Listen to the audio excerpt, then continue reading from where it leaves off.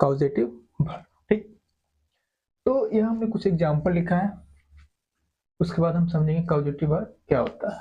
तो हमें लिखा है some chairs have broken, they have broken, some chairs have broken, they have broken some chairs, they have some broken chairs, they have some chairs broken। ठीक, तो पहले हम इस दो सेंटेंस को समझते हैं। हमने पहले दो सेंटेंस में क्या लिखा है, some chairs have broken। तो जो पहला जो सेंटेंस है उसका जो सब्जेक्ट वो क्या है, some chair, और some chair है। दूसरी बात क्या लिखा है, have broken। और दूसरा सेंटेंस देखिए, दे हैव, यहाँ क्या subject, they have broken some chair. तो ये दोनों जो सेंटेंस है वो क्या है, प्रेजेंट परफेक्ट टेंस में है। ये हेल्पिंग वर्ब है, ये मेन वर्ब है, ये हेल्पिंग वर्ब है, ये मेन वर्ब है, यहाँ भी ये हेल्पिंग वर्ब है और ये मेन वर्ब है। ठीक, तो हमने इतना दूर में ये समझा कि ये दोनों सेंटेंस जो प्रेजेंट परफेक्ट टेंस में लिखा हुआ है और हैव यहाँ हेल्पिंग वर्ब है, ब्रोकन मेन वर्ब। अब इसका जो सब्जेक्ट ऑफ ए सेंटेंस का सम चेयर, वो उस ब्रोकन वर्ब का डूअर नहीं है। क्यों, सम चेयर तोड़ नहीं सकता है। तो यहाँ जो ब्रोकन है वो हैपनिंग एक्शन शो कर रहा है, सम चेयर है ब्रोकन, कुछ कुर्सियां टूट गई। यहाँ जो है दे सब्जेक्ट, वो ब्रोकन वर्ब का डूअर है। तो यहाँ जो सब्जेक्ट वो डूअर है, मतलब यहाँ हम शो कर रहे हैं डूइंग एक्शन को। ये क्या है, डूइंग एक्शन। तो हमने दो चीज शो कर लिया। हमको क्या पता चला, कोई भी जो वर्ब होता है या तो डूइंग एक्शन को शो करता है या हैपनिंग एक्शन को। ये दो एक्शन तो हमने शो कर दिया, डूइंग एक्शन भी शो, हैपनिंग एक्शन भी शो कर दिया और डूइंग एक्शन भी शो कर दिया। उसके बाद हमने ये देखा, हैव यहाँ क्या कर रहा है, as a helping verb work कर रहा है, यहाँ भी have as a helping verb work कर रहा है। अब आगे बढ़ता है, यहाँ हमने लिखा है they have some broken chair. अब यहाँ क्या है, इस दोनों सेंटेंस में they have some chairs broken. अब यहाँ जो हैव है वो हेल्पिंग वर्ब है कि मेन वर्ब, पहले हमको ये जानना है। तो मान लो कि हम बोलते हैं कि ये हेल्पिंग वर्ब, अभी हम लिख नहीं रहे, मान रहे हैं, मान लो फॉर इंस्टेंट जो है वो हेल्पिंग वर्ब। अगर ये हेल्पिंग वर्ब है तो मेन वर्ब किधर है, क्योंकि बिना मेन वर्ब के तो कोई सेंटेंस बनता नहीं, हम पहले से बोलते आ रहे हैं। दूसरा बात, अगर ये मेन वर्ब होता, अगर ये हेल्पिंग वर्ब होता तो इसके बाद हम डायरेक्ट ये जो डिटर्मिनेंट लिखे हैं सम, या फिर यहाँ जो हम नाउन लिखे हैं सम चेयर, ये क्या है, डिटर्मिनेंट है। सम क्या है, डिटर्मिनेंट है। ये क्या है, सम चेयर, ये डिटर्मिनेंट प्लस नाउन है। तो ये जो हमने लिखा है हैव है, अगर हैव जो है हेल्पिंग वर्ब है तो हेल्पिंग वर्ब के बाद डायरेक्ट कोई नाउन या प्रोनाउन नहीं आता, तो हेल्पिंग वर्ब के बाद कोई मेन वर्ब आता है। तो अगर ये हेल्पिंग वर्ब है तो यहाँ कोई मेन वर्ब होना चाहिए। तो अगर ये हेल्पिंग वर्ब होता तो इसके बाद कोई डिटरमिनेंट या नाउन प्रोनाउन नहीं लिख पाते। इसका भी लिख दिएगा कि अगर ये हेल्पिंग वर्ब के बाद कोई नाउन स्लैश डिटरमिनेंट नहीं आता है, ये नहीं आता है। ठीक, हेल्पिंग वर्ब के बाद कोई नाउन या डिटरमिनेंट नहीं आता है। मेन वर्ब का ऑब्जेक्ट होता है, हेल्पिंग वर्ब का ऑब्जेक्ट थोड़ी होता है जी, ये डिटरमिनेंट आएगा। डिटरमिनेंट किसके लिए आता है, नाउन के लिए। तो कुल मिला के ये बोल सकते हैं कि हेल्पिंग वर्ब के बाद कोई नाउन नहीं आता है। तो नाउन किसके लिए, डिटरमिनेंट किसके लिए आता है, नाउन के लिए। हम कहेंगे तो हेल्पिंग वर्ब के बाद ना ही नाउन आता है, ना ही डिटरमिनेंट आता है, ना ही प्रोनाउन आता है। ठीक, कुल लिख लीजिएगा। तो कुल मिला के यह जो हमने लिखा है वो क्या है, मेन वर्ब है। ठीक, ये क्या है, मेन वर्ब है। तो हमको पता चल गया है क्या है, मेन वर्ब। अब जब have as a main verb काम करे, have as a main verb काम करे तो वो दो काम करता है। क्या, या तो वो जो सब्जेक्ट है उसका पोजीशन शो कर रहा होता है, या किसी वर्ब का कॉजेटिव मीनिंग कन्वे कर रहा होता है। अगर हैव हम मिटाते हैं पॉजिटिव वर्ब को, अगर हैव एज मेन वर्ब हो, अगर हैव ये मेन वर्ब तरह काम करती है, दो काम करता है। एक तो पोजेशन, पोजेशन शो करता है किसका, सब्जेक्ट का। सब्जेक्ट का क्या पोजीशन है, मतलब उसके वो किसका ऑनर है, उसके अधिकार में क्या आता है। दूसरा शो करता है, दूसरा शो नहीं, दूसरा किसी वर्ब को काउजेटिव बना रहा होता है, काउजेटिव मीनिंग कन्वे करवा रहा होता है किसी वर्ब से, ठीक। तो जब ये एज ए मेन वर्ब होता है तो या तो पोजीशन शो कर रहा होता है या फिर किसी वर्ब को काउजेटिव मीनिंग दे रहा होता है, ठीक। लेकिन जब है as a helping verb work करे तो वो परफेक्ट टेंस बना रहा होता है। तो जैसे यहाँ बना रहा है, तो have as a helping verb, have जब ये हेल्पिंग वर्ब हो तो ये क्या बनाता है, परफेक्ट टेंस,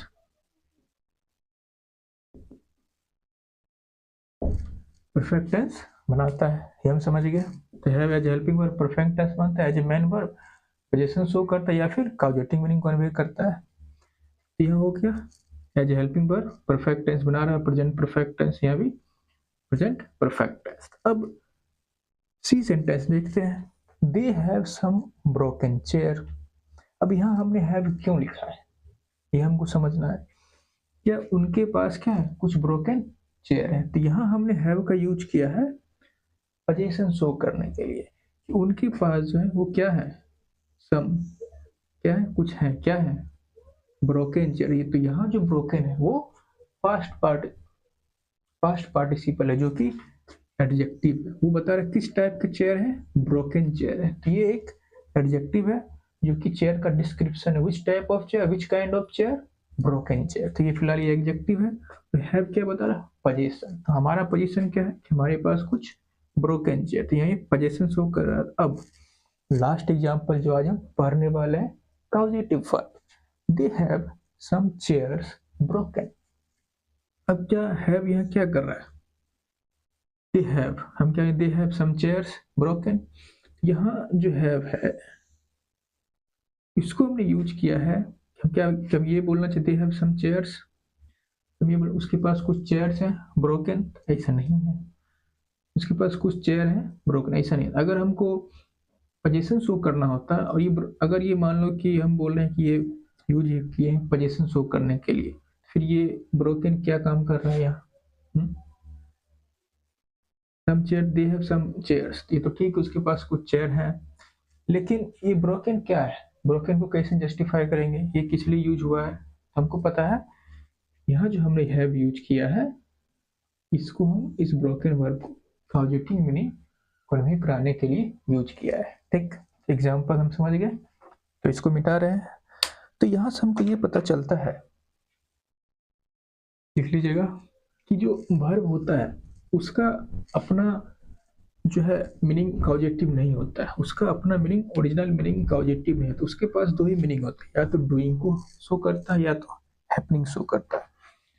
तो डू का जो जो वर्ब है उसका जो अपना ओरिजिनल मीनिंग हो, या तो वो डूइंग है या तो फिर हैपनिंग है। जैसे हमने फर्स्ट सेंटेंस में देखा था कि चेयर ब्रोकन, टूट गया, सम चेयर्स हैव ब्रोकन, टूट गया, वह हैपनिंग शो कर रही थी। एक था they have broken some chair, तो वहां चेयर तो कोई तोड़ रहा था, ठीक। तो वो दो में एक, तीसरा हमने पोजीशन शो कर लिया। अब जो वर्ब होता है उसका अपना जो ओरिजिनल मीनिंग है वो काउजेटिव नहीं है। तो काउजेटिव मीनिंग हमें वर्ब में एट्रीब्यूट करना होता है, काउजेटिव मीनिंग हमें वर्ब में देना होता है। तो इस काउजेटिव मीनिंग को वर्ब में एट्रीब्यूट करने के लिए जो वर्ब हम यूज करते हैं उसको बोलते हैं काउजेटिव वर्ब। हम क्या बोलेंगे, the verb that we use to attribute causative meaning, जिसे हम यूज करते हैं causative meaning देने के लिए, that use to attribute causative meaning to verbs is called causative verb. तो कॉजेटिव मीनिंग जो वर्ब का अपना नहीं होता है, verb do not have causative meaning। तो verb का कोई अपना causative meaning नहीं होता, verb का अपना मीनिंग causative नहीं होता है। verb का मीनिंग सिर्फ होता है doing या happening। जैसे हम लिखें grow, तो grow का मतलब grow होना होता है या ग्रो करना होता है, ग्रो करवाना नहीं होता है। ग्रो का मतलब होता है ग्रो होना यानी कि हैपनिंग, या ग्रो करना। ये इसका मीनिंग करवाना नहीं होता है, ठीक, ये मीनिंग नहीं होता, ये हमें मीनिंग एट्रीब्यूट करना होता है।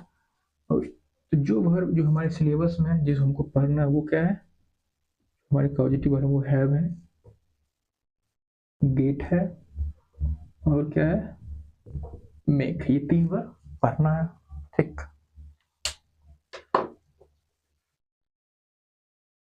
क्या पता चला, जो कॉजेटिव जो मीनिंग है वो वर्ब का अपना मीनिंग ओरिजिनल मीनिंग नहीं होता, ये मीनिंग हमको वर्ब में एट्रीब्यूट करना होता है। कॉजेटिव मीनिंग जो वर्ब का अपना ओरिजिनल मीनिंग नहीं है, ये हमें वर्ब में एट्रीब्यूट करना होता है। और जो वर्ब यूज करते हैं ये मीनिंग को एट्रीब्यूट करने के लिए, उसको हम बोलते हैं कॉजेटिव। जैसे कुछ वर्ब जो डूइंग हैपनिंग को एक्सप्रेस करते हैं, जो हम पहले भी लिखा चुके हैं, जैसे हमने बोला था कि sell, change, cook, break, burn, boil, stop, start, close, open, spread, hide, bath. उसके बाद हमने क्या पढ़ा था, रन, फ्लाई, चेंज हो गया, ग्रो। ये सब कुछ वर्ब हैं। जैसे सेल मतलब सेल करना या सेल होना, चेंज मतलब चेंज करना या चेंज होना, कुक मतलब खाना पकाना या पकना, ब्रेक मतलब टूटना या तोड़ना, ऐसे ही सबका होता है। इसमें किसी का मीनिंग करवाना नहीं, जैसे बर्न होना, बर्न करवाना, तो ये मीनिंग हमको उस वर्ब में एट्रीब्यूट करना होता है अपनी तरफ से, ठीक है। तो वही आज हम लोग सीखेंगे। ये तो पहले ही लिख चुके हैं इसलिए मिटा रहे हैं, ठीक। जब हम डूइंग या हैपनिंग वर्ब पढ़ रहे थे तब हम पढ़े थे, तो हमको क्या पता चला कि जो वर्ब है उसका अपना ये मीनिंग नहीं होता है।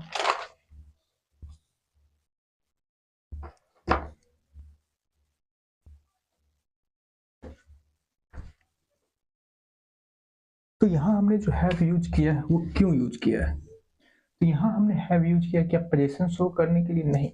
तो यहाँ हमने हैव यूज किया है to make this verb causative. किसको कॉजेटिव बनाने के लिए, इस वर्ब को कॉजेटिव बनाने के लिए हमने इसको यूज किया है, ठीक। ये हमारा हो गया मेन वर्ब, ठीक।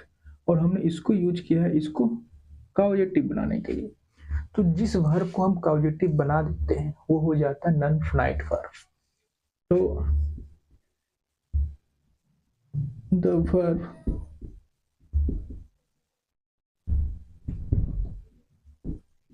which we make causative become non finite verb. तो जिस वर्ब को हम कॉजेटिव बना देते हैं वो क्या होती है, नॉन फाइनाइट वर्ब। तो यहाँ जो वर्ब की हमने थर्ड फॉर्म लिखे हुए नॉन फाइनाइट वर्ब है जो कि कॉजेटिव मीनिंग कन्वे कर रहा है, ठीक है। तो यहाँ जो इसका मीनिंग निकल रहा है कि उसने कुर्सी तुड़वाई बाय समवन, मतलब उसने किसी से कुर्सी, मान लो कि वो कौन जो होगा दे, वो कॉन्ट्रैक्टर होगा, वो क्या कर रहा है, वो खुद उस काम को नहीं कर रहा, वो किसी और से करवा रहा है, ठीक है, बाय समवन। तो यहाँ कुर्सी टूट रहा है नहीं, मतलब हैपनिंग हो रहा है नहीं। क्या हम ये बताना चाह रहे हैं कि उसने कि जो दे सब्जेक्ट उसने कुर्सी को तोड़ा है, क्या डूइंग हो रहा है, नहीं। क्या हम ये बता रहे हैं कि ये जो सम चेयर उसका पोजीशन में है? नहीं, हम ये बता रहे हैं कि वो इस काम को किसी और से करवा रहा है, मतलब हम इस वर्ब को कॉजेटिव बना रहे हैं, और जिस वर्ब को हम कॉजेटिव बना देते हैं वो क्या हो जाती है? Non finite verb. ये क्या है? Non finite verb. और ये क्या है? Main verb. मेन वर्ब वो होती है जो सब्जेक्ट के नंबर और टेंस के अकॉर्डिंग चेंज होती है। मान लो हम इसको पास्ट टेंस में लिखना होता है तो हम यहाँ हैड लिखते हैं, ठीक है। यहाँ मान लो ही लिखते थे, he has some chair broken, ऐसा लिखते। मान लो यहाँ जगह होता है ही, यहाँ लिखा होता है हैज। ये सब्जेक्ट नंबर और टेंस के अकॉर्डिंग चेंज होगा, क्योंकि ये मेन वर्ब है, बट ये नॉन फिनाइट वर्ब है। जिसको हम कॉजेक्टिव बनाते वो नॉन फिनाइट वर्ब होता है, ठीक है। तो यहाँ तक हम लोग समझ गए कि जिस वर्ब को हम कॉजेक्टिव बना देते वो नॉन फिनाइट वर्ब होता है। तो कल हमने पढ़ा था कि जो ब्रोकन है वो क्या है? पास्ट पार्टिसिपल था, एडजेक्टिव था, बट यहाँ कोई एडजेक्टिव नहीं है। हमने इसको कॉजेक्टिव इसलिए हमने बोला था कि नॉन फिनाइट वर्ब मतलब इसको हम फाइनाइट नहीं कर सकते कि एडजेक्टिव ही होगा, ये ही होगा। देखो यहाँ एडजेक्टिव नहीं है, हमने इसको कॉजेटिव मीनिंग कन्वे करने के इसको कॉजेटिव बनाया, जो ये तुरवाना का मीनिंग कन्वे करना है। यहाँ कोई एडजेक्टिव नहीं है, तो इसलिए हमने कल बोला था नॉन फाइनाइट मतलब हम फाइनाइट नहीं कर सकते, यही होगा, बट जनरली एडजेक्टिव होता था। बट यहाँ इसको हम कॉजेटिव बना दिए हैं। ये हैव की मदद से हमने इस ब्रोक को क्या बना दिया? ब्रोकन को कॉजेटिव बना दिया, ठीक। यहाँ हमने दो सेंटेंस लिखा, like human being zoo animals must have a dentist dash their teeth. Like human being zoo animal must have their teeth dash. तो हमको ये समझना है कि यहाँ जो चार ऑप्शन दिए उसमें जिसमें कौन सा होगा। तो उसके लिए हम सबसे पहले ये जानते हैं कि जहाँ have as main verb use हुआ है या फिर हेल्पिंग वर्ब यूज हुआ है। हमने क्या पढ़ा था? अगर जब ये एज हेल्पिंग वर्ब यूज हो तो ये परफेक्ट टेंस बनाता है, ठीक। अगर as a main verb use हो तो या तो पोजीशन शो करता है या फिर कॉजेटिव मीनिंग कन्वे करने के लिए यूज हो रहा होता है। तो लाइक ह्यूमन बीइंग्स जू एनिमल मस्ट हैव, तो यहाँ हम देखते हैं जो मस्ट है वो क्या है? हेल्पिंग वर्ब है। यहाँ भी मस्ट जो है वो हेल्पिंग वर्ब है, और हैव क्या है? मेन वर्ब है। फिर से वही बात, अगर हेल्प जो है अगर मेन वर्ब नहीं है, अगर ये मेन वर्ब नहीं है तो फिर अगर ये हेल्पिंग वर्ब है तो मेन वर्ब कहाँ है? अगर ये मेन वर्ब है, हेल्पिंग वर्ब है, तो इसके बाद हम कोई नाउन नहीं लिख सकते हैं। तो कुल मिला के ये मेन वर्ब है, इतना हम समझ गए। अब ये मेन वर्ब, अगर ये मेन वर्ब है तो दो काम कर सकता है, या तो पोजीशन शो करेगा या तो कॉजेटिव मीनिंग कन्वे करने के लिए यूज हो रहा होगा। तो यहाँ कौन सा काम कर रहा है? पहले हम ये मान लेते हैं कि ये पोजीशन शो कर रहा होगा, ऐसा हम मान सकते हैं। तो लाइक ह्यूमन बीइंग्स जू animal must have a dentist. क्या हम ये कहना चाह रहे हैं कि जैसे ह्यूमन बीइंग के पास अपना डेंटिस्ट होता है, क्या ह्यूमन बीइंग के पास अपना डेंटिस्ट होता है? क्या ह्यूमन बीइंग जो जैसे हम लोग हैं, क्या हम किसी डेंटिस्ट के ओनर हैं, मालिक हैं? क्या उस पर मेरा पोजीशन है, उस पर कोई हक है? नहीं, ऐसा कुछ नहीं। हम डेंटिस्ट के पास जाते हैं कुछ एक्शन परफॉर्म कराने में, जैसे मान लो टूथ में कैविटी हो गया उसको भरवाने के लिए, तो वो मेरा डेंटिस्ट पे कोई हक नहीं, उस पर मेरा कोई पोजीशन नहीं है। हम उससे कुछ एक्शन करवाने जाते हैं, मतलब पॉजिटिव मीनिंग हमें यहाँ कन्वे करना, वो क्लियर हो गया। मतलब हम यहाँ पॉजिटिव मीनिंग कन्वे करना चाहते हैं। ठीक उसी प्रकार सेंटेंस बी को पढ़ें, like human being zoo animal must have. क्या हम यहाँ हैव देयर टीथ, क्या हम यहाँ मस्ट को यूज करते हैं सजेशन के लिए? ठीक, हैव का यूज करते हैं मान लो भी पोजीशन के लिए। क्या हम ये सजेस्ट कर रहे हैं कि ह्यूमन बीइंग के जैसे ही जू एनिमल को क्या होना चाहिए? टीथ होना चाहिए, हम उसको सजेस्ट कर रहे हैं। मस्ट हो गया सजेशन के लिए, हैव का यूज करते हैं पोजीशन के लिए। क्या हम ये कहना चाह रहे हैं कि जैसे ह्यूमन बीइंग के पास अपना दांत होता है, वैसे ही एनिमल के पास भी, एनिमल को भी अपने दांत पर हक होना चाहिए। ये पहले से होता है, हमको कहने की कोई जरूरत नहीं है। उसके पास अपना दांत होता है, उस पर उसी का हक होता है, तो हमको ये बताने की कोई जरूरत नहीं है। तो कुल मिला के यहाँ भी हमने हैव यूज किया है कॉजेटिव मीनिंग कन्वे करने के लिए। इतना तक हम समझ गए। अब हैव के बाद जो हमने ऑब्जेक्ट लिखा है अ डेंटिस्ट,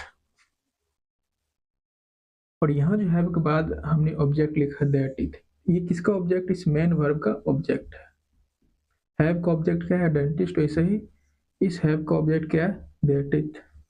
तो यहाँ हम जिस वर्ब को कॉजेक्टिव बनाएंगे, जैसे जो फील्ड में कुछ लिखेंगे, इसको हम कॉजेक्टिव बनाएंगे, क्या ये जो डेंटिस्ट है इस वर्ब का डूअर होगा? अगर वो उस वर्ब का डूअर होगा मतलब हमको एक्टिव मीनिंग कन्वे करना है, जैसे हम कल पढ़े थे प्रेजेंट पार्टिसिपल और पास्ट पार्टिसिपल हमने क्या पढ़ा था। अगर हमको एक्टिव मीनिंग कन्वे करना है तो आईएनजी फॉर्म, अगर हमको पैसिव मीनिंग कन्वे करना है तो वर्ब की थर्ड फॉर्म। ठीक उसी प्रकार यहाँ आईएनजी फॉर्म तो नहीं होगा, कुछ और होगा। अगर ये डेंटिस्ट हमने लिखा है जो हैव का अपना ऑब्जेक्ट है, क्या ये इस फील वर्ब का अपना सब्जेक्ट होगा, क्या वही डूअर होगा? तो हाँ, यहाँ ये डेंटिस्ट डूअर होगा, मतलब यहाँ हमको एक्टिव मीनिंग चाहिए। बट यहाँ दैट थोड़ी खुद से भर लेगा, तो टिथ डूअर नहीं हो सकता, टिथ को भरा जाएगा बाय समवन। तो यहाँ डूअर कोई और है, टिथ खुद को खुद से नहीं भरेगा, यहाँ कोई और होगा जो इसको भर रहा होगा। डूअर कोई और है, मतलब यहाँ पैसिव मीनिंग चाहिए। हमको यहाँ क्या चाहिए? Active meaning. अब यहाँ हमको क्या चाहिए? Passive meaning. तो जब हैव को हम as a causative verb use करते हैं तो वहां जब हमको एक्टिव मीनिंग देना होता है हम वर्ब की बेस फॉर्म लिखते हैं, जिसको हम बोलते हैं बेयर इन्फिनिटिव। हमने बेयर इन्फिनिटिव क्यों बोला है थोड़ा देर में बताते हैं। यहाँ हम लोग यूज करेंगे फील। यहाँ क्या हो जाएगा? Feel. Like human being you animal must have a dentist feel there teeth. अब यहाँ हमको पैसिव मीनिंग चाहिए, यहाँ वर्ब की थर्ड फॉर्म। यहाँ क्या हो जाएगा? फील्ड। कोई दिक्कत नहीं है, आगे बढ़ते हैं। ठीक,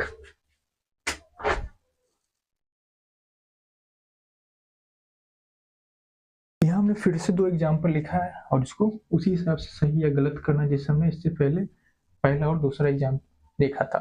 तो हम पढ़ रहे हैं mister Singh had his student to do the work in time. दूसरा हमें लिखा है they will have this message send to everyone.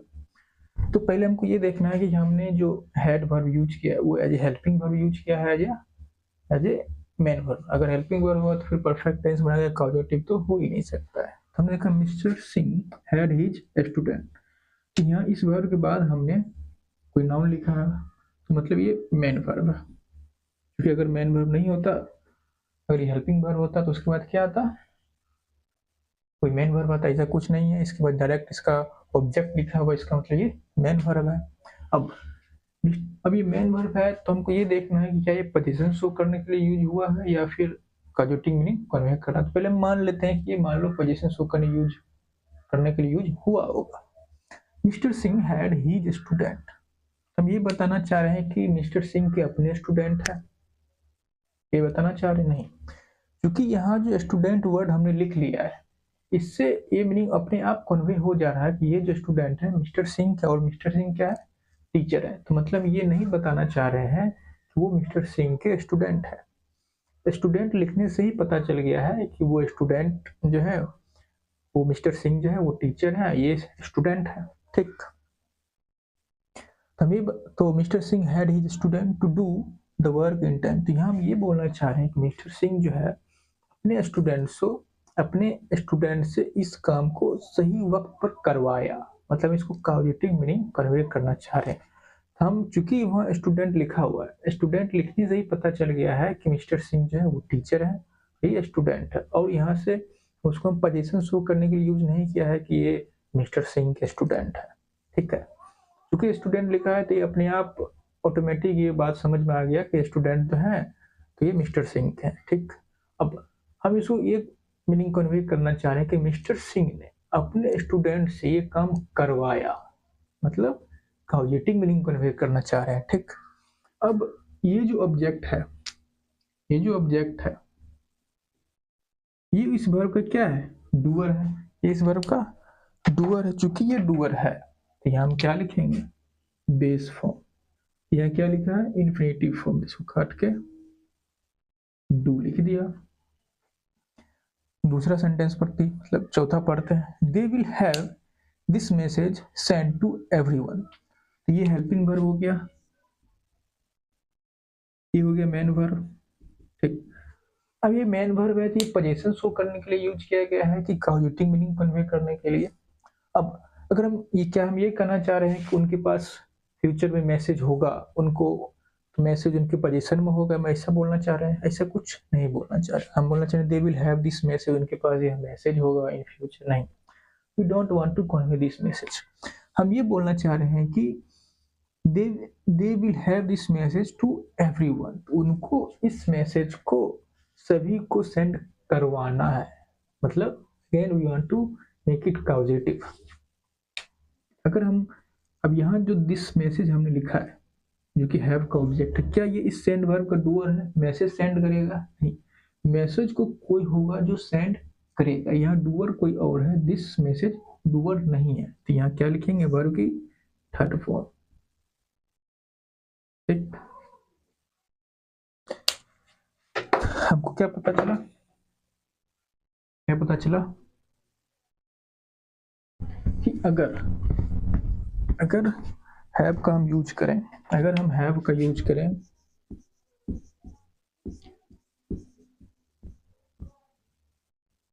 Causative बनाने के लिए, तो एक्टिव मीनिंग अगर कन्वे करना है तो बेस फॉर्म, जिसको आप बोलते हो वर्ब की फर्स्ट फॉर्म। अगर आपको पैसिव मीनिंग कन्वे करवाना है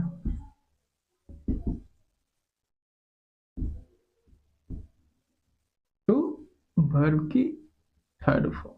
ठीक, जब हम हैव को यूज करेंगे किसी दूसरे वर्ब को कॉजेटिव बनाने के लिए, तो अगर हमको एक्टिव मीनिंग कन्वे करना है तो जिस वर्ब को हम कॉजेटिव बना रहे हैं तो वहाँ क्या होगा? बेस फॉर्म, जिसको हम बेयर इन्फिनिटिव बोलेंगे। क्यों बोलेंगे भविष्य में बताएंगे। और अगर हमको पैसिव मीनिंग कन्वे करना होगा तो वर्ब की ईडी फॉर्म यानी थर्ड फॉर्म। तो एक्टिव मीनिंग कब कन्वे करते हैं? जब यहाँ जो बेयर इन्फिनिटिव है इसके पहले जो सब्जेक्ट होगा, यहाँ जो सब्जेक्ट होगा ये क्या होगा? डूअर होगा। और यहाँ जो सब्जेक्ट होगा, यहाँ जो सब्जेक्ट होगा यहाँ क्या होगा? जो सब्जेक्ट होगा नॉट डूअर। यहाँ जो सब्जेक्ट है वो क्या है? डूअर। यहाँ सब्जेक्ट डूअर है, यहाँ सब्जेक्ट डूअर नहीं है। ठीक, आगे बढ़ते हैं।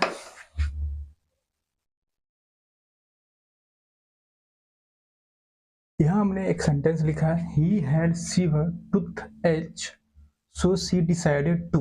तो हमको इसमें ऑप्शन फिल करना है। ठीक है, तो हमने सबसे पहले फर्स्ट ऑप्शन देखते हैं। सही है तो क्यों सही है, गलत है तो क्यों गलत है। She had severe toothache so she decided to. यहाँ हैड क्या है? मेन वर्ब है। ठीक है, और यहाँ she had severe toothache. यहाँ से एक सेंटेंस है जो कि मेन क्लॉज है। यहाँ से क्या है? कोऑर्डिनेट क्लॉज है। सी डिसाइडेड, तो यहाँ सी सब्जेक्ट हो गया, ये इसका मेन वर्ब हो गया। अब डिसाइडेड चूंकि मेन वर्ब है, हमने क्या बोला था? FANBOYS, boys. तो एस क्या होता है? सो क्या होता है? Coordinate conjunction. तो ये क्या है? सबनेट क्लॉज है। सब्जेक्ट हो गया, ये मेन वर्ब हो गया। अब ये मेन वर्ब है तो इसके बाद जो भी आएगा वो नॉन फिनाइट होगा। नो नॉन फिनाइट वर्ब होगा। जो भी आए, चाहे वो डूइंग एक्शन शो कर रहा है वो अलग बात है, हैपनिंग एक्शन शो कर रहा है वो अलग बात है, कॉजेटिव एक्शन शो कर रहा है वो अलग बात है, लेकिन जो भी होगा वो क्या होगा? नॉन फिनाइट वर्ब होगा। चूंकि ये मेन वर्ब है, मेन वर्ब को छोड़कर जो भी वर्ब है वो क्या है? नॉन फिनाइट वर्ब है। ये भी लिख लो, except main verb, all verb is non-finite verb। Main verb के छोड़ के बाकी जितना भी वर्ब वो सब क्या है? Non finite verb. चूंकि उस पर सब्जेक्ट और टेंस से कोई लेना देना नहीं है, सिर्फ मेन वर्ब ही है जो सब्जेक्ट और जो सब्जेक्ट नंबर और टेंस के अकॉर्डिंग चेंज होता है। जो इसको छोड़कर यानी कि मेन वर्ब को छोड़कर बाकी जितना भी वर्ब हो वो सब क्या होगा? Non finite verb. ठीक, अब यहाँ जो भी लिखेंगे वो नॉन फिनाइट वर्ब होगा। अब हम पहला ऑप्शन को देखते हैं। तो हमें लिखा है सी हैड सीवर टूथ है, सो शी डिसाइडेड टू क्या, हैव हर टीथ रिमूव। तो हमने हैव लिखा है, क्यों लिखा है, हमने हैव लिखा है कॉजेटिव मीनिंग कन्वे करने के लिए। इसको कॉजेटिव बनाना है, इस रिमूव को, ठीक है। अब इस रिमूव को अगर हम कॉजेटिव मीनिंग बनाना चाहते हैं, टू हैव, अगर मान लो हम इसको कॉजेटिव मीनिंग बनाना चाहते हैं, तो जो हर टीथ है, यहाँ जो हमने हर टीथ लिखा है, वो डूअर नहीं हो सकता है, वो डूअर नहीं हो सकता, डूअर कोई और होगा। टीथ जो है अपने आप से खुद को रिमूव थोड़ी करेगा, कोई ना कोई होगा जो इसको रिमूव कर रहा होगा, मतलब यहाँ पैसिव मीनिंग चाहिए। बट यहाँ हमने क्या लिखा है, बेस फॉर्म लिखा है, इसलिए ये ऑप्शन गलत है। क्यों गलत है हम समझ गए। फिर अगला ऑप्शन पे चलते हैं, हैव रिमूव्ड हर टीथ। तो यहाँ टू है क्या, to have removed her teeth. तो हमने इसको लिख दिया है किस फॉर्म में, परफेक्ट इन्फिनेटिव। तो परफेक्ट इन्फिनेटिव क्या होता है पहले उसको देखते हैं कुछ देर के लिए। हो गया, पहले इसको मिटाते हैं, फिर परफेक्ट इन्फिनेटिव समाते हैं, फिर इसको लिख देंगे, ठीक। तो परफेक्ट इन्फिनेटिव क्या होता है, तो ये जो टू प्लस वर्ब की फर्स्ट फॉर्म होती है, ये होती है इन्फिनेटिव, ठीक है। इसका यूज हम करते हैं उस एक्शन को एक्सप्रेस करने के लिए जो इनडिफिनिट हो। इनडिफिनिट हो मतलब हमको ये नहीं पता होगा कब स्टार्ट होगा, अगर स्टार्ट हो गया तो कब खत्म होगा वो नहीं पता है। Use to express indefinite action. एक होता है to plus have plus verb की थर्ड फॉर्म, इसको हम लोग बोलते हैं परफेक्ट इन्फिनेटिव। इसको चाहे परफेक्ट इन्फिनेटिव का हो, चाहे परफेक्ट टेंस का हो, चाहे परफेक्ट पार्टिसिपल हो, जो भी परफेक्ट फॉर्म में लिखा है वो सब कंप्लीशन को शो करता है, ठीक है। चाहे परफेक्ट आइदर परफेक्ट इन्फिनेटिव और परफेक्ट पार्टिसिपल और परफेक्ट क्या बोलते हैं टेंस, ऑल तो कंप्लीशन, सब कंप्लीशन को ही शो करते हैं, तो सभी यही शो कर रहे होते हैं कि काम खत्म हो चुका है। तो चाहे परफेक्ट इंडेफिनिट हो, चाहे परफेक्ट टेंस हो, चाहे परफेक्ट पार्टिसिपल, हमने कल देखा तो परफेक्ट पार्टिसिपल हम कब यूज करते हैं, जिसमें सब यही शो कर रहे होते हैं कि काम हो चुका है। मतलब जैसे कि हमने एक्साइटेड पीपल लिखा था, तो उसने किसी ने उनको एक्साइट कर दिया था, मतलब वहां भी काम हो चुका था। जब हम परफेक्ट टेंस पढ़ते थे हम क्या बोलते थे, एक्शन कंप्लीट हो जाए, जैसे प्रेजेंट परफेक्ट मतलब जस्ट कंप्लीट हुआ ये बोलते हैं। तो जब भी हम परफेक्ट टेंस लिखते हैं इसका मतलब यही हम शो कर रहे थे काम हो चुका है। तो चाहे तो ये फॉर्म होता है परफेक्ट इन्फिनेटिव का, to plus have plus verb की थर्ड फॉर्म, ठीक। तो जब हमें ये शो करना हो कि काम कंप्लीट हो चुका है तो हम परफेक्ट इन्फिनेटिव लिखते हैं। कब लिखते हैं वो देखते हैं, पहले नीचे मिटा रहे हैं। तो इन्फिनेटिव कब लिखते हैं और परफेक्ट इन्फिनेटिव कब लिखते हैं। इन्फिनेटिव हम तब लिखते हैं जब जो मेन वर्ब से पहले, मेन वर्ब के बाद अगर हमको कोई एक्शन हो रहा हो ये दिखाना हो तो हम वहां क्या लिखते हैं, इन्फिनेटिव एक्शन। तो इन्फिनेटिव में उस वर्ब को लिखते हैं जो मेन वर्ब के एक्शन के बाद हो। Action happen after main verb, हम एक एग्जाम्पल देंगे समझ आ जाएगा। थोड़ा लिख लीजिएगा, इसको हम मिटा रहे हैं मिलके, आइदर परफेक्ट इंफिनिटिव और परफेक्ट पार्टिसिपल और perfect tense all show completion, सब के सब कंप्लीशन ही शो करते, मतलब काम हो चुका है। इसका हम तब यूज करेंगे परफेक्ट इंडेफिनिट का जब एक्शन जो हो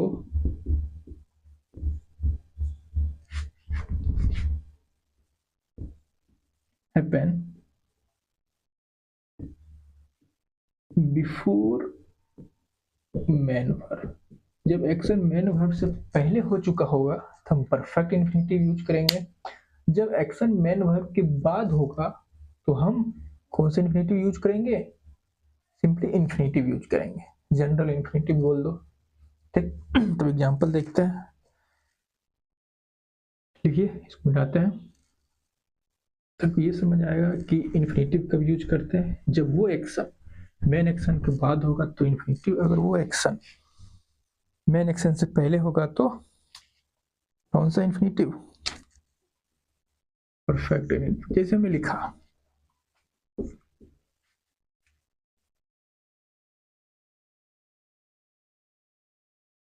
तो यहाँ जो हमने दो एग्जाम्पल लिखा है पहले उसको समझते हैं, फिर जो पहले एग्जाम्पल लिखे थे उसको समझेंगे। हमने लिखा I want to have gone there, दूसरा में लिखा I repent to go there, ठीक।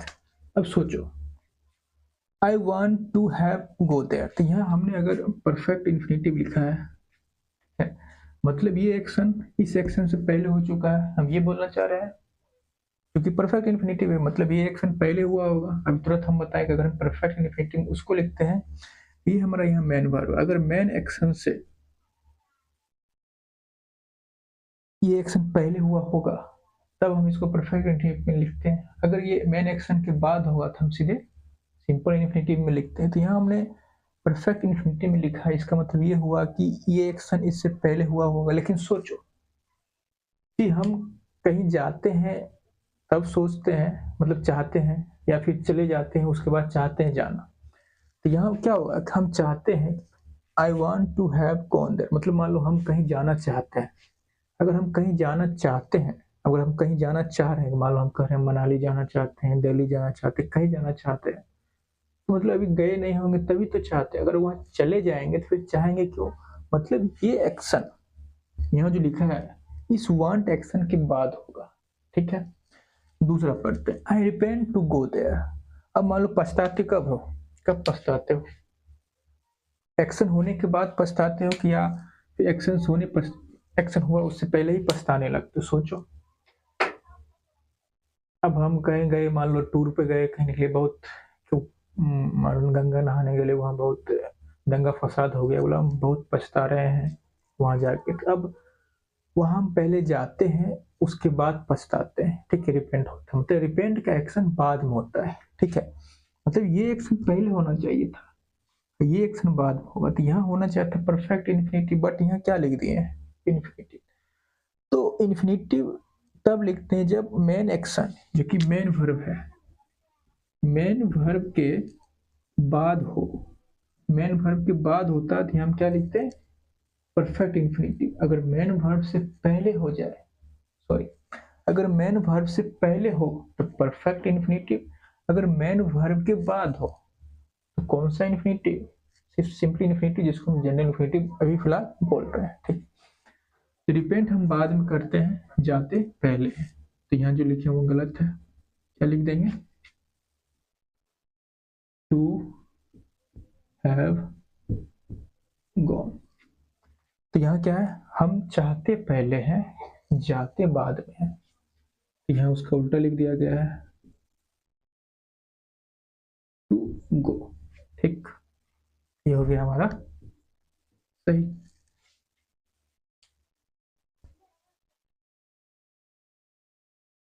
तो जो पहला एग्जांपल हमने लिखे थे फिर से वही समझते हैं, तो हमने ये समझ लिया कि परफेक्ट इन्फिनिटिव क्या होता है, इन्फिनिटिव हम कब यूज करते हैं, तो हम आगे बढ़ते थे और हमने ये देख लिया कि ये क्यों गलत है, चूंकि हर टूथ जो है वो डूअर नहीं है, चूंकि ये डूअर नहीं है तो यहाँ क्या चाहिए वर्ब की थर्ड फॉर्म चाहिए, तो ये गलत है चूंकि वर्ब की थर्ड फॉर्म नहीं है, तो ये खत्म हो गया।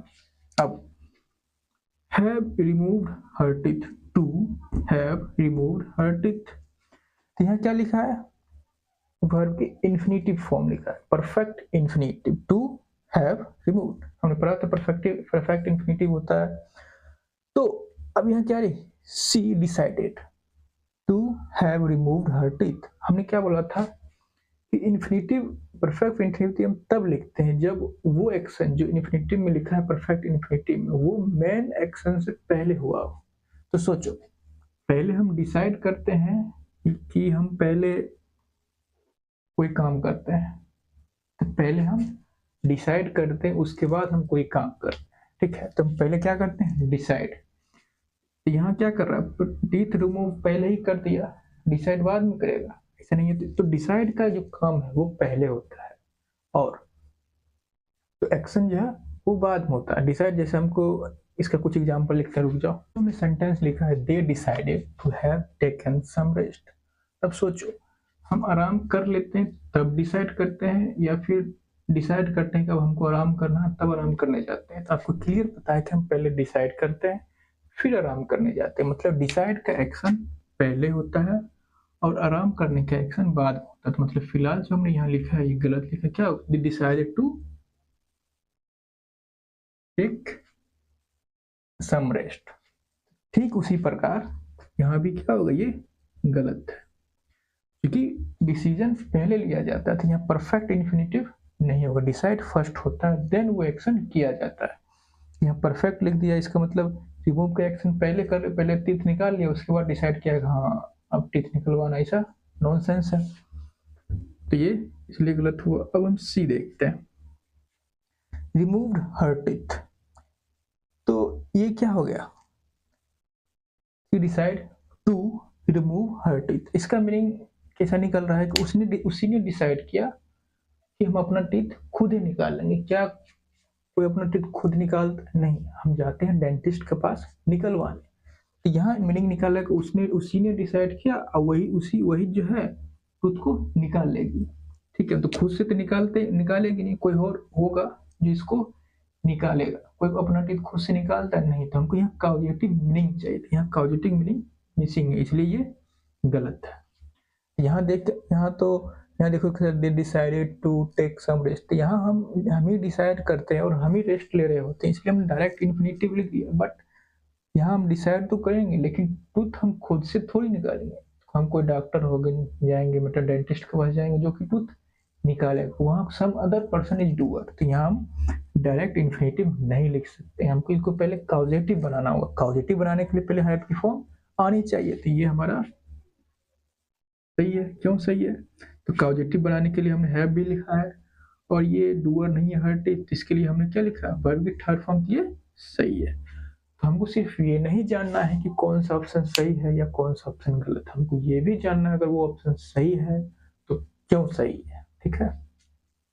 तो ये जो गेट वर्ब है इसका भी हम यूज करते हैं किसी वर्ब को कॉजेटिव बनाने के लिए, ठीक है। हम गेट का यूज देख रहे हैं फिर से। तो पहले क्या था, जो है वर्ब था वो हेल्पिंग वर्ब भी होता है और मेन वर्ब भी होता है, तो वहां हमको देखना पड़ता था कि ये हेल्पिंग वर्ब की तरह काम कर रहा है या फिर मेन वर्ब की तरह काम कर रहा है। बट यहाँ ऐसा कुछ नहीं है, ये हमेशा मेन वर्ब ही होता है, ये हमेशा मेन वर्ब ही होता है। तो हमें यहाँ ये सब नहीं देखना है कि हेल्पिंग वर्ब की तरह काम कर रहा है या फिर मेन वर्ब की तरह, ये हमेशा मेन वर्ब होता है। ये प्रॉब्लम खत्म। अब हम आगे बढ़ते हैं। तो जो गेट वर्ब होता है जब ये मेन वर्ब की तरह यूज हो रहा होता है, तो जब हम इसके थ्रू कुछ डूइंग या हैपनिंग को एक्सप्रेस कर रहे हैं, तो इसका जो मीनिंग होता है टू रिसीव समथिंग। मतलब एग्जांपल देखते हैं, जैसे इसका मीनिंग होता है टू रिसीव करना, टू रिसीव, जैसे आई गॉट सम मनी, ठीक।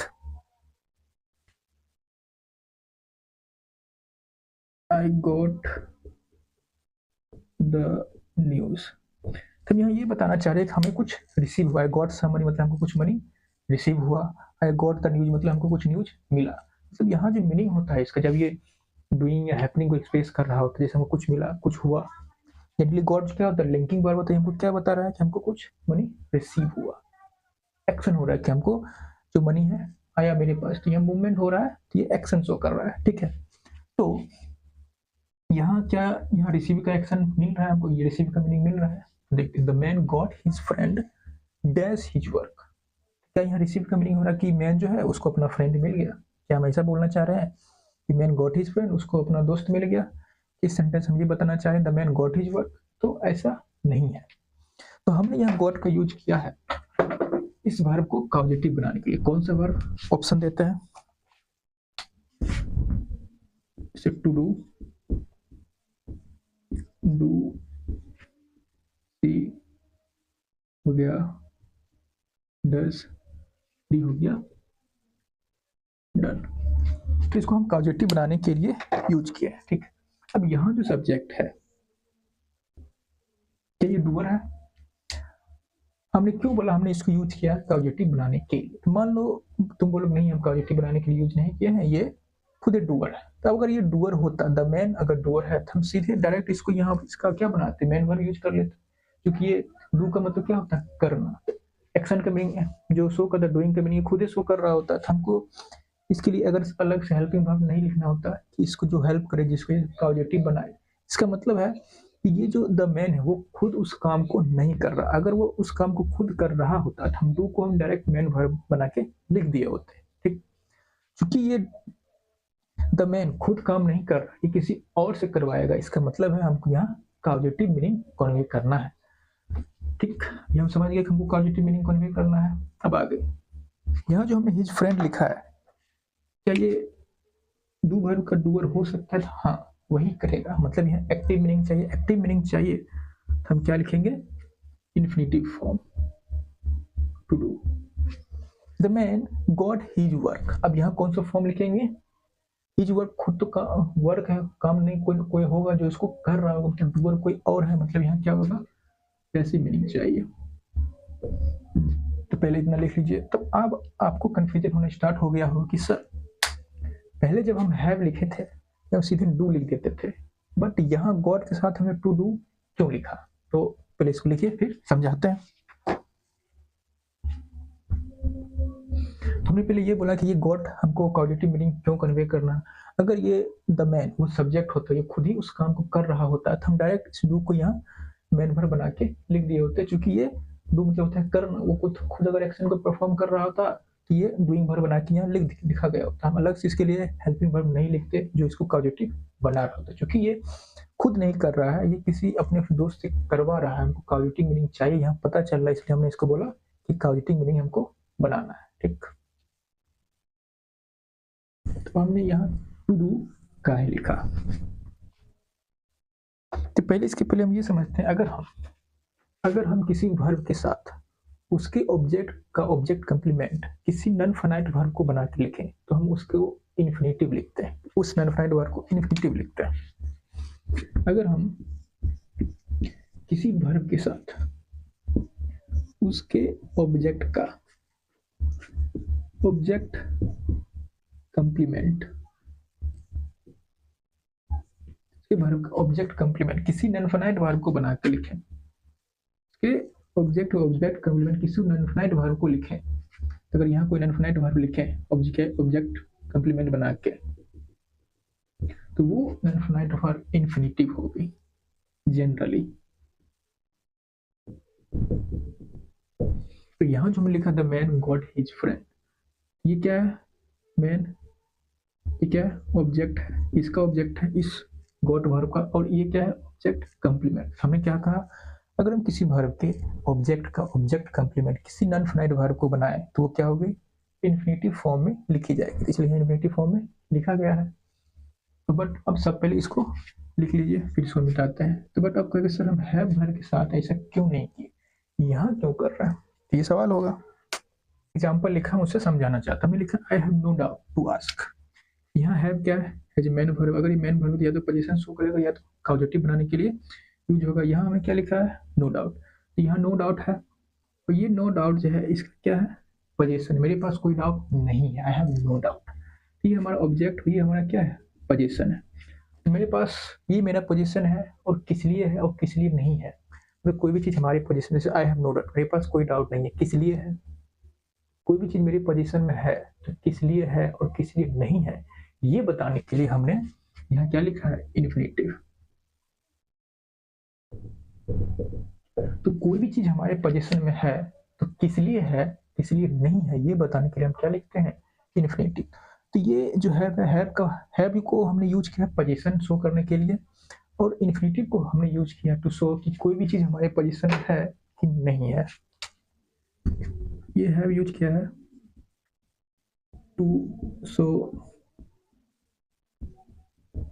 पोजीशन, और इन्फिनेटिव यूज किया जाता है कि anything is in our position then Y.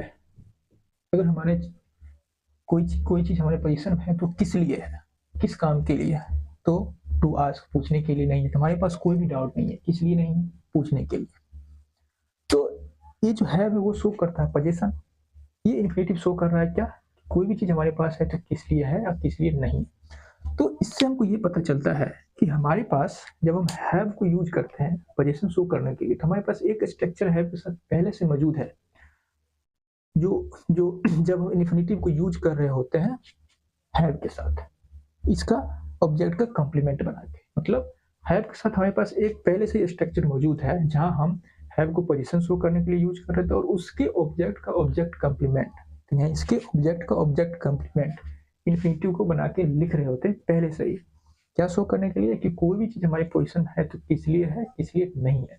तो क्योंकि यहाँ पहले से हमारे पास एक स्ट्रक्चर मौजूद है पोजीशन शो करते हैं तब उस समय, तो आगे कंफ्यूजन ना हो। अगर हम मान लो कि जब हम इसको कॉजेटिव बनाने के लिए यूज करें, वहां भी हम इन्फिनेटिव फॉर्म यूज करें तो हम कंफ्यूजन हो जाएगा, हम पॉजिटिव का मीनिंग शो कर रहे हैं या कॉजेटिव का मीनिंग शो कर रहे हैं, ये कंफ्यूज ना हो, इसलिए जब हम इससे पॉजिटिव का मीनिंग शो कर रहे होते हैं तो वहां बेयर इन्फिनेटिव लिखते हैं। तो बेयर इन्फिनेटिव कहने का मतलब सिंपल वर्ब की फर्स्ट फॉर्म। बेयर इन्फिनेटिव हमने उसको बेयर इन्फिनेटिव इसलिए बोला क्योंकि वो वहां मेन वर्ब नहीं है, हमें बेस फॉर्म आपके समझने के लिए बोल दिया, बट वो बेयर इन्फिनेटिव मतलब वो एज ए मेन वर्ब नहीं एक्ट कर रहा होगा। ठीक है, आई थिंक क्लियर हो गया होगा।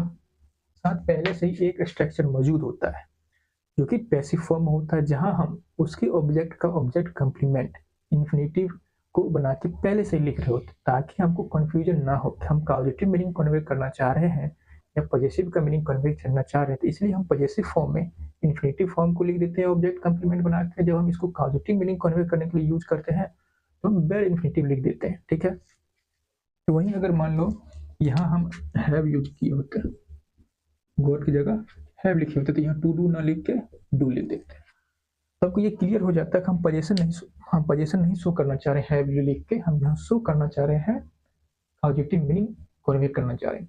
तो हमको देखना है यहाँ कौन सा सही होगा कौन सा गलत होगा। हमने क्या बोला था, अगर एक्टिव मीनिंग कन्वे करे तो वर्ब की इन्फिनेटिव फॉर्म, अगर हम पैसिव मीनिंग कन्वे करें तो वर्ब की थर्ड फॉर्म यानी कि पास्ट पार्टिसिपल। यहाँ देखिए, we can't get our parents accept this proposal, लिखा है we shall get our house painted.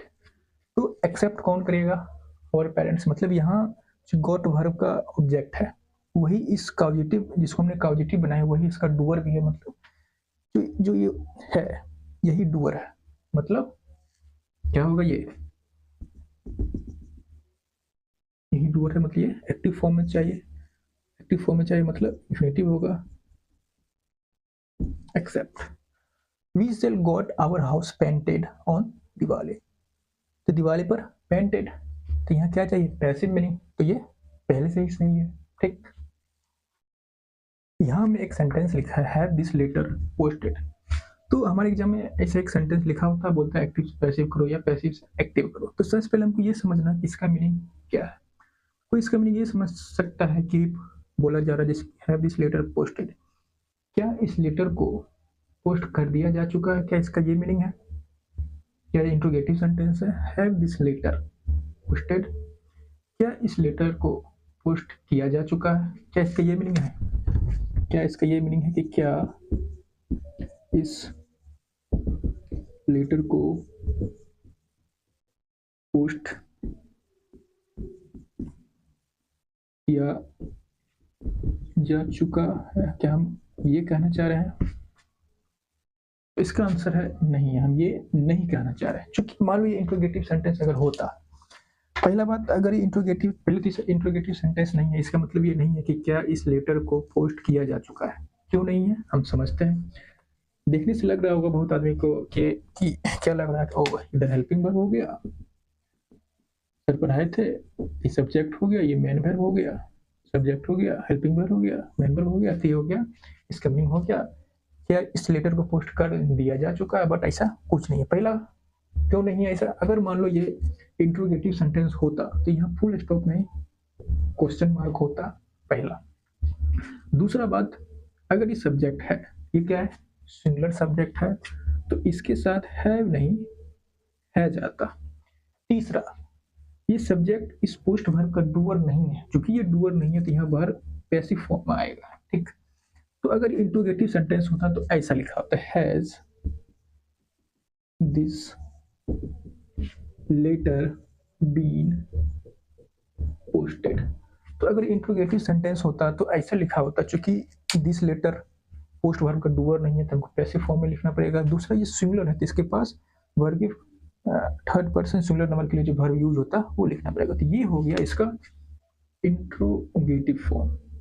ये इंट्रोगेटिव फॉर्म नहीं, हम इसका मीनिंग ये नहीं निकालना है कि यहाँ कहा जा रहा है कि क्या उस लेटर को पोस्ट कर दिया जा चुका है, नहीं। तो यहाँ इसका क्या मीनिंग है? तो यहाँ इसका ये मीनिंग है कि लेटर पोस्ट करवा दो, लेटर पोस्ट करवा दो, ठीक, बाय समवन, किससे करवा दो, किसी से करवा दो। तो यहाँ इसका मीनिंग है लेटर पोस्ट करवा दो, ठीक है। ये एक इंपेरेटिव सेंटेंस है, ये एक इंपेरेटिव सेंटेंस है, किसी को बोल रहे हैं कि लेटर को पोस्ट करवा दो बाय समवन, ठीक।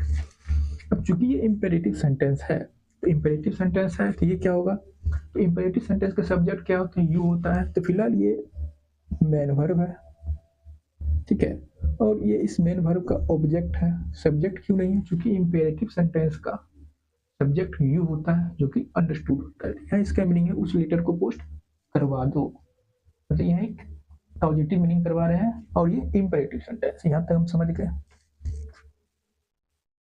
तो हमको अब एक्टिव से पैसिव करना था। यहाँ क्या लिखा है, पास्ट पार्टिसिपल लिखा है, वर्ब की थर्ड फॉर्म लिखा है, तो ये पहले से ही पैसिव फॉर्म में है, तो हम इसको क्या बनाएंगे, एक्टिव। तो क्या इसका एक्टिव ये होगा, ये ऑब्जेक्ट है, तो क्या इसका एक्टिव ये होगा, तो ये तो सब्जेक्ट हो नहीं सकता है, सब्जेक्ट ये होगा नहीं, तो पोस्ट दिस लेटर, क्या इसका एक्टिव ये होगा, एक्टिव फॉर्म? तो इसका आंसर है नहीं। क्यों नहीं होगा? तो जब भी हम एक्टिव से पैसिव में चेंज कर रहे होते हैं तो हमको ये ध्यान रखना होता है कि वर्ब का मीनिंग जो पहले था, एक्टिव से पैसिव चेंज करते समय या पैसिव से एक्टिव में चेंज करते समय मीनिंग में कोई चेंज नहीं होना चाहिए। दूसरा, जो टेंस था एक्टिव में वही पैसिव में भी होना चाहिए। जो पैसिव, उसका उल्टा, अगर पैसिव में मान लो प्रेजेंट टेंस में था, प्रेजेंट परफेक्ट में था, तो अगर पैसिव से एक्टिव कर रहे हैं तो वहां भी प्रेजेंट परफेक्ट टेंस में भी ही होना चाहिए और मीनिंग भी सेम होना चाहिए। तो वाइल चेंजिंग वॉइस, हमको याद रखना है, while changing voice meaning and tense do not change, meaning और टेंस में कोई चेंज नहीं आता है। क्यों गलत है? यहाँ हम कहना चाह रहे हैं कि लेटर को पोस्ट करवा दो, हम यहाँ बोल रहे हैं कि लेटर पोस्ट कर दो। यहाँ जो हमारा लिसनर है हम उसको बोल रहे हैं कि तुम किसी से करवाओ। यहाँ हम क्या कर रहे हैं, लिसनर को ही बोल रहे हैं कि तुम पोस्ट करो। मीनिंग चेंज हो गया, तो ये नहीं है। ये फिलहाल एक्टिव फॉर्म है, तो इसका पैसिव क्या होगा, इसका पैसिव होगा let this letter be posted. तो इसका पैसिव ये क्यों हुआ, जब हम एक्टिव पैसिव पढ़ाएंगे तब बताएंगे। तो इस पहले फिलहाल ये एक्टिव है और ये पैसिव है। इसका पैसिव, इसका ये इसमें पैसिव वॉइस में है, तो इसका एक्टिव ये नहीं है, ठीक। ये एक्टिव, ये पैसिव है, तो फिर इसका एक्टिव क्या होगा? तो यहाँ मीनिंग निकल रहा है इस लेटर को पोस्ट करवाओ बाय समवन। तो इस ये जो है वर्ब है, ये क्या है, इसको हमने यूज किया है पॉजिटिव मीनिंग देने के लिए। क्यों यूज किया है? काउजेटिव मीनिंग देने के लिए, तो मतलब इसका कोई इफेक्ट नहीं है। दूसरा, इसका कोई मीनिंग भी नहीं है, बस ये काउजेटिव बना रहा है किसी वर्ब को, ठीक है। हमने क्या पढ़ा था, जब हम एक्टिव से पैसिव बनाते हैं तो पैसिव में जो ऑब्जेक्ट होता है वही एक्टिव में क्या होता है, सब्जेक्ट होता है। और ऑब्जेक्ट कौन होता है, जो वर्ब के एक्शन के इफेक्ट का रिसीवर होता है, वही ऑब्जेक्ट होता है। तो इस हैव वर्ब में कोई इफेक्ट नहीं है, ठीक है। क्योंकि इसमें कोई इफेक्ट नहीं है, इस हैव वर्ब का, जो कि यहाँ मेन वर्ब है, इसका पैसिव नहीं बनेगा। इसमें कोई इफेक्ट नहीं है, इसलिए इसका पैसिव नहीं बनेगा। यहाँ ना ही इसमें कोई इफेक्ट है, ना ही इसका कोई मीनिंग है, ठीक है। मीनिंग है इसमें, तो पैसिव बनेगा इसका, इस नॉन फाइनाइट वर्ब का। मतलब अगर मेन वर्ब का पैसिव नहीं बने तो हम नॉन फाइनाइट वर्ब को भी पैसिव बनाते हैं। If main verb can't be changed into passive, then change infinite verb into passive form. ऐसा किस लिए, क्योंकि हम बोले थे कि नॉन फाइनाइट वर्ब का भी अपना एक्टिव पैसिव फॉर्म होता है, और इसका एक्टिव से पैसिव या पैसिव से एक्टिव इसलिए नहीं होगा, ये हमेशा एक्टिव फॉर्म ही रहेगा। तो ये जो मेन वर्ब है इसका पैसिव फॉर्म नहीं हो सकता है, जिस फॉर्म में इसमें एक्टिव पैसिव में कोई चेंज नहीं होगा, ये हमेशा एक्टिव फॉर्म में ही है।